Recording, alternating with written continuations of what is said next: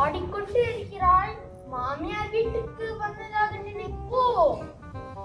இல்ல மன்னா, அது வந்து என்ன வந்து போயின்னு விதச்சுகிறாய்? எழுந்து வேலையை பார்த்தா மூஞ்சி. சரி மன்னா.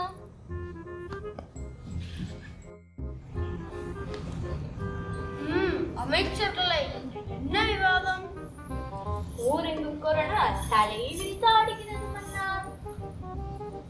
அடுத்து மன்னா, வீட்டுக்கு ஒருவர் இன்ஜினியரிங் படித்து வேலையில்லா பட்டதாரிகளாக தெரிகிறார்கள் மன்னா. என்ன இது மாமனார் ஆட்சி இவ்வளவு பிரச்சனைகளா? சரி, தலைவிரித்தாடும் கொரோனாவை எப்படி அடக்குவது? தலை விரித்தாடும் கொரோனாவுக்கு கொண்டை போட்டு விட்டால் என்ன?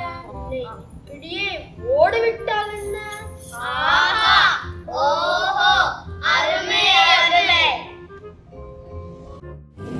அடுத்து மன்னா, கொரோனாவிடம் அட்ரஸை மாற்றி வேற நாட்டுக்கு அனுப்பினால் என்ன?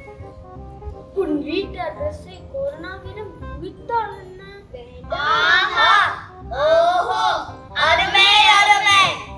அடுத்து மன்னா, கோகர்ண பாட்டு பாடினா என்ன? நீ எங்கிருந்து ஓடினான் என்ன?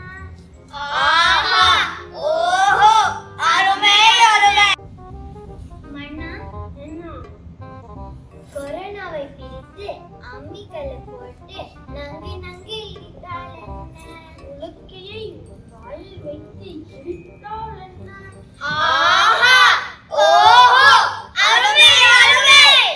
நீ சொல்லு.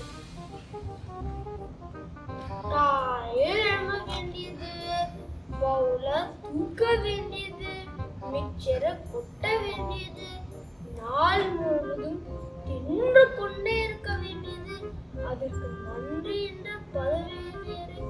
உங்களை எல்லாம் மந்திராய் வைத்துக் கொண்டு நான் சபா.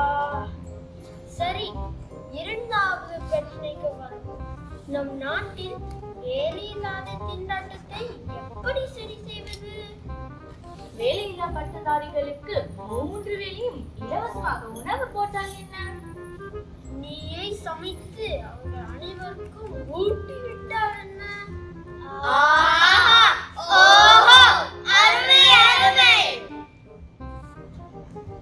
மன்னா, வேலையில்லா பட்டதாரிகளுக்கு ஒரு சங்கம் உருவாக்கினால் என்ன? நீயே அதில் போய் சேர்ந்து விடு, ஓடி போய்விடு.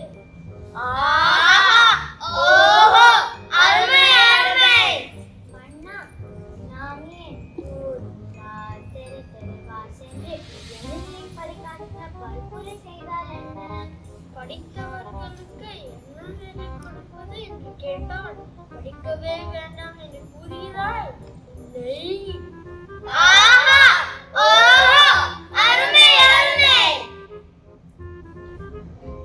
நீ சொல்லு. நொடிக்கொரு முறை இன்ஜினியரிங் பட்டதாய் நிர்வகித்துக் கொண்டே இருக்கிறார். உங்களை எல்லாம் நம்பி கேட்டது என்னுடைய தவறு. போய் தொலையும். யாருக்கும் இந்த பிரச்சனைகளுக்கெல்லாம் சரியான தீர்வு சொல்ல தெரியவில்லை. அந்த மின்னல் தான் சரியான தீர்வு சொல்ல முடியும். யார் உங்களை கூப்பிடுப்பாங்க மின்னல் எப்பா, மாமா அடிப்பெண் மக்கள் வந்திருக்காங்க, மற்றும் நம் நாட்டு மகானை வந்திருக்காங்க. பாப்பா, மின்னல் ராமா. என்னப்பா மின்னல் நானே வந்துட்டு போயிட்டான், திரும்பி கூடுப்பா. எப்பா, மாமா வந்திருக்காங்க. யோ நிறுத்தியா, நீ கூடுப்பா. மின்னல் ராமா, மின்னல் ராமா, மின்னல் ராமா. என்னை அழைத்ததன் நோக்கம் என்னவோ? நம் நாட்டில் உள்ள 2 பிரச்சனைகளுக்கு அதற்கு நீதான் தீர்வு சொல்ல வேண்டும். என்ன பிரச்சனைகள் அரசே? கொரோனா வேகமாக பரவி வருகிறது. அது கட்டுப்படுத்த என்ன செய்யலாம்? அனைவரும் இன்று முதல் வீட்டிலேயே இருக்க வேண்டும். வெளியில் வரும்போது முகக்கவசம் அணிந்து கொண்டுதான் வர வேண்டும். மீறி வெளியில் வருபவர்களை ட்ரோன் கொண்டு துரத்தலாம். வீட்டிலிரு, விலகியிரு, பாதுகாப்பா இரு என்ற கட்டளையை அனைவரும் பின்பற்ற வேண்டும் என்ற ஆணையிடுங்கள் அரசே. அருமை அருமை மின்னலாமா, அப்படியே ஆணையிடுகிறேன்.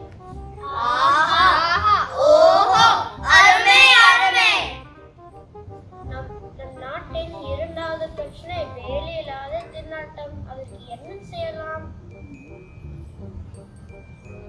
குடும்பத்தில் ஒருவருக்கு அரசு வேலையை அவர்கள் தகுதிக்கேற்ப வழங்கலாம். கல்வியும் மருத்துவமும் இலவசமாக வழங்க வேண்டும். வேலை வாய்ப்பை பெருக்க பல நல்ல தொழிற்சாலைகளை தொடங்கலாம் மன்னா.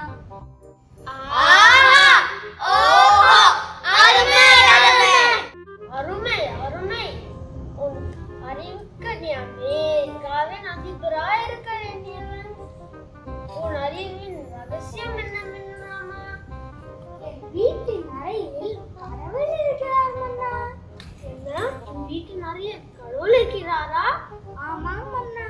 நாளை காலை அனைவருக்கும் கடவுளை காட்டப் போகிறேன்.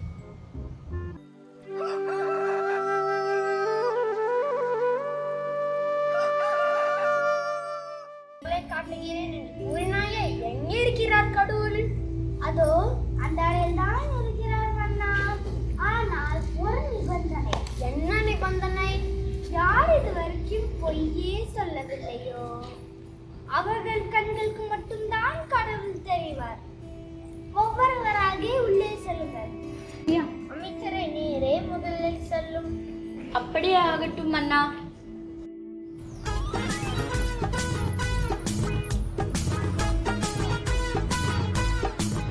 கடவுள் இந்த அறையில் தானே இருக்கிறார் என்று கூறினான் அந்த மின்னல் ராமா. அவன் பொய் சொல்கிறானா? இல்லை, எனக்கு தான் தெரியவில்லையா? அந்த மின்னல் ராமனுக்கு சலித்தவள் இல்லை இந்த மந்திரி என்று நிரூபிக்க வேண்டும்.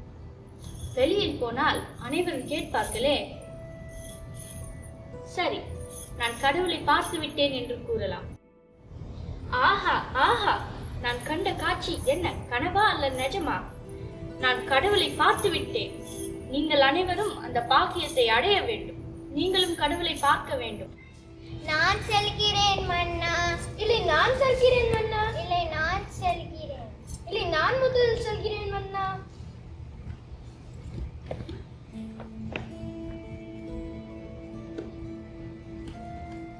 நான் செல்கிறேன் மன்னா.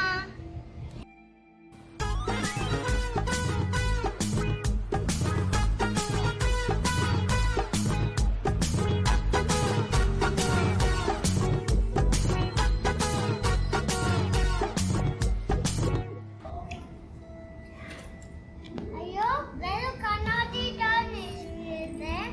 அது என் முகம் மட்டும்தான் தெரிகிறது. வெளியில போய் என்ன சொல்வது? சரி, நான் கடவுளை பார்த்து இதை கூறுவேன்.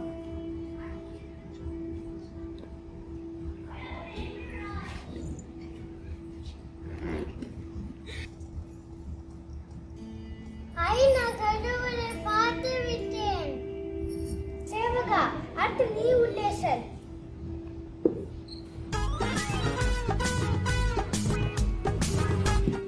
நான் கடவுளை பார்க்க போகிறேன்.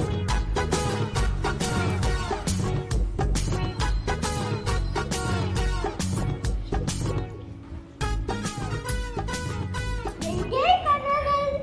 எங்கே கடவுள்?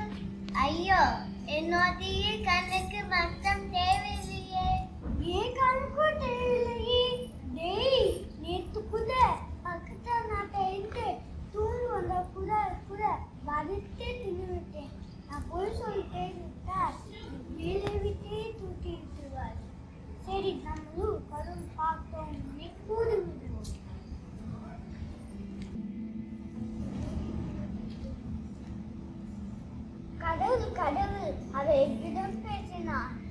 அவர் என்னிடமும் பேசினார், என்னை கடவுளின் மகிமை. மன்னா, இந்த ஏழைக்கு ஒரு வாய்ப்பு தாங்க மன்னா.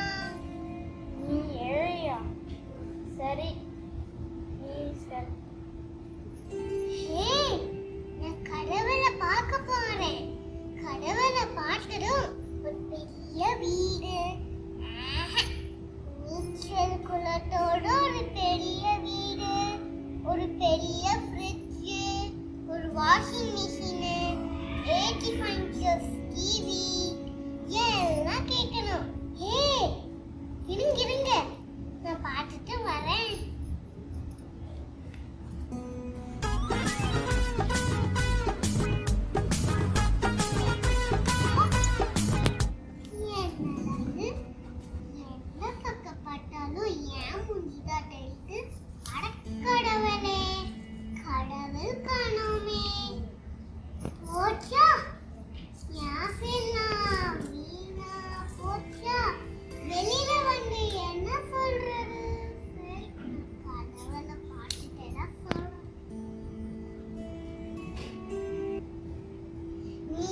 எல்லாரும் எந்த கடவுள் நீங்க பாத்தீங்களோ அதே கடவுளும் நானும் பார்த்தேன்.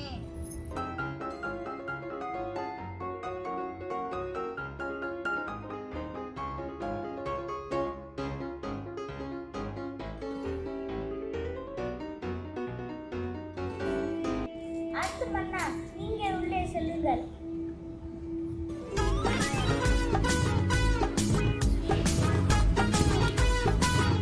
என்ன கடவுளை காணோம்? என்ன கடவுளே, எல்லாருக்கும் தெரியுது, நீ எனக்கு மட்டும் தெரியாமல் இருக்கிறாய். எப்படி பார்ப்பது? ஐடியா! கடவுளுக்கான நம்ம கிட்டதான் பாட்டு இருக்கு. எனக்கும் தான் பொறுத்தோ. இந்த பாட்டை பாடினா கடவுள் வருவாரு. என்ன இன்னும் காணோம்? இப்போ என்ன பண்றது? சரி, கடவுளை பார்த்தோன்னே வெளியே போய் சொல்லிடுவோம். பார்த்தேன், ரசித்தேன். அந்த அறையில் நான் கண்ணாடியை மட்டும் தான் வைத்தேன். கண்ணாடியில் உங்களுக்கு கடவுள் தெரிந்தாரா? கடவுள் கண்ணாடி அறையில் இல்லை, உங்கள் மனதின் அறையில் தான் இருக்கிறார். இந்த சின்ன விஷயத்திற்கு நீங்கள் பொய் சொல்லுகிறீர்கள். ஆனால் சாவும் நிலை வரும்போது ஒரு பொய் கூட சொல்லாமல் வாழ்ந்த ஒரு கதையை கூறுகிறேன், கேளுங்கள். முன்னொரு காலத்தில் ஹரிச்சந்திரன் என்ற மாமன்னன் நல்லாட்சி புரிந்தார். அவர் தான் எப்போதுமே உண்மை மட்டும் பேச வேண்டும் என்ற கொள்கையுடன் வாழ்ந்து வந்தார். அவரை காண தேவலோக முனிவர் விஸ்வாமித்திரர் அவரது இல்லத்திற்கு வந்திருக்கிறார். என்ன நடக்க போகிறது என்பதை இந்த காட்சியில் பார்ப்போம். நாதா, என்ன சந்திரமதி?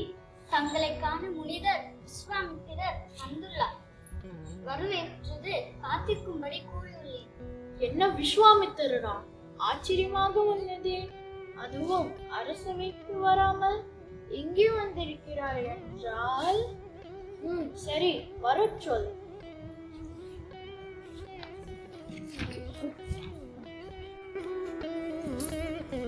வணங்குகிறேன் தேவலோகம் முனிவரே. என்னெல்லாம் தேடி வர நான் என்ன அமருங்கள்.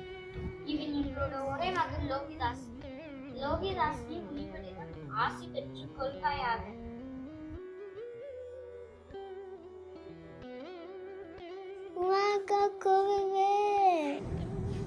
சகல செல்வங்களும் பெறுவாயாக.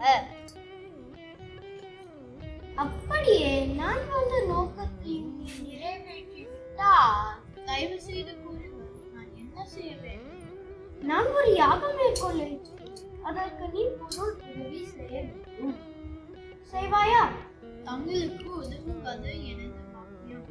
என்ன வேண்டும் கேளுங்கள். அதிகம் வேண்டாம், 1000 பொற்காசுகள் தந்தாலே. அப்படியே ஆகட்டும். சந்திரமதி,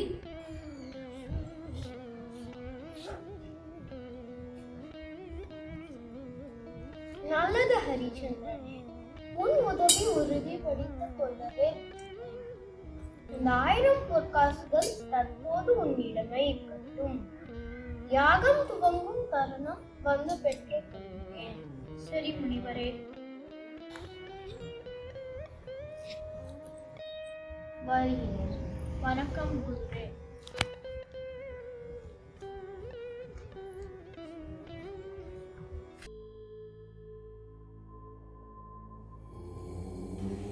வாருங்கள் விஸ்வாமித்திர முனிவரே.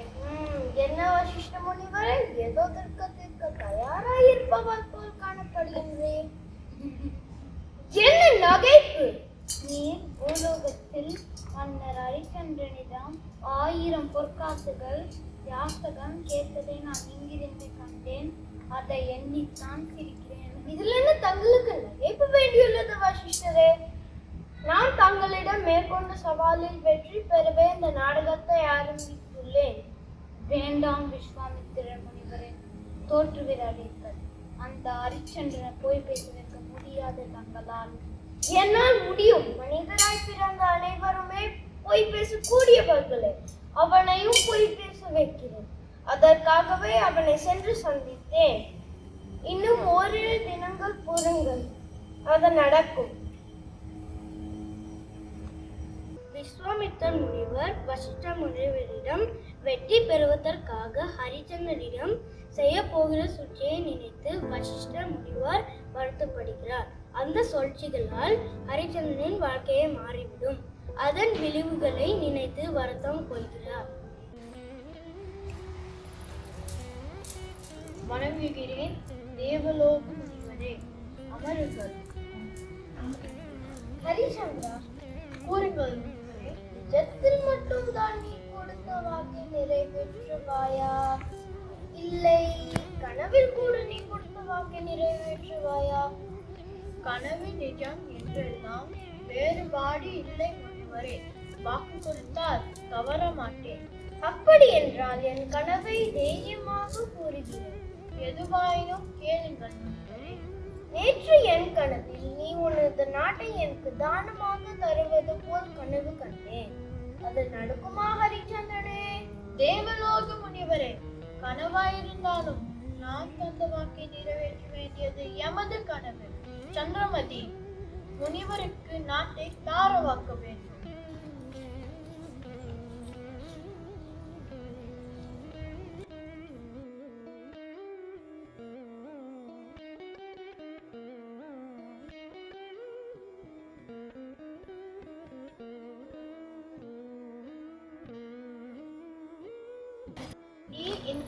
இந்த நாடு தங்களுடையது. இனி இந்த இடம் உங்களுடைய இடம். நாங்கள் வெளியே இருக்கிறோம். உங்கள் ஆசைகள் மட்டும் எனக்கு போதும். ஒரு ஹரிச்சந்திரனே, நீ எனக்கு அளிப்பதாக கூறிய 1000 பொற்காசுகள் எங்கே? அதை தராமல் செல்கின்றாயே. என்னது என்னது என்னது என்னது? விஸ்வாமித்திரன் கேள்வியால் அனைவரும் திகைத்து போயினர். தன் நாட்டை கொடுத்த பிறகு எப்படி 1000 பொற்காசுகள் கொடுக்க முடியும்? ஆனால் முனிவரோ, நீ வாக்கு தவறியதாக பழி சொல்கிறாய். கோபம் அடைந்த ஹரிச்சந்திரன், உங்கள் சீடனை என்னுடன் அனுப்புங்கள். எப்படியாவது நான் கொடுத்த வாக்கை காப்பாற்றுகிறேன் என்று கூறுகிறார். நான் வாக்கு தவறி விட்டேன் என்று ஒரே ஒரு பொய் சொல் போதும். நான் உன்னிட நாட்டை உன்னிடமே திருப்பி தந்து விடுகிறேன். ஆனால் ஹரிச்சந்திரனோ, நான் இழப்பை பற்றி கவலைப்பட மாட்டேன். எந்த சிரமம் வந்தாலும் பரவாயில்லை. தன் கொள்கையை உயிரிருக்கும் வரை கடைபிடிப்பேன் என்று கூறுகிறார். பல இன்னல்களை விஸ்வாமித்திர முனிவர் ஹரிச்சந்திரனுக்கு கொடுத்த பிறகு இறுதி வரை ஹரிச்சந்திரன் பொய் பேசாமல் இருந்தார். வசிஷ்ட முனிவரிடம் கொண்ட சவாலில் விஸ்வாமித்திர முனிவர் தோற்று போனார்.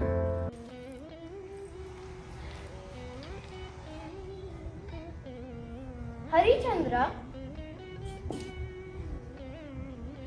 உன்னை பல்வேறு இன்னல்களுக்கு ஆளாக்கியும் நீ கொண்ட கொள்கையிலிருந்து பின்வாங்காமல் பொய் பேசாமல் இருந்தாய். நான் என்னுடைய சவாலில் தோற்றுப்போனேன். என்னை மன்னித்து விடுங்கள். நான் உன்னிடம் இருந்து எடுத்து எல்லாவற்றையும் உன்னிடமே திருப்பி கொடுத்து விடுகிறேன். நீடூழி வாழ்க.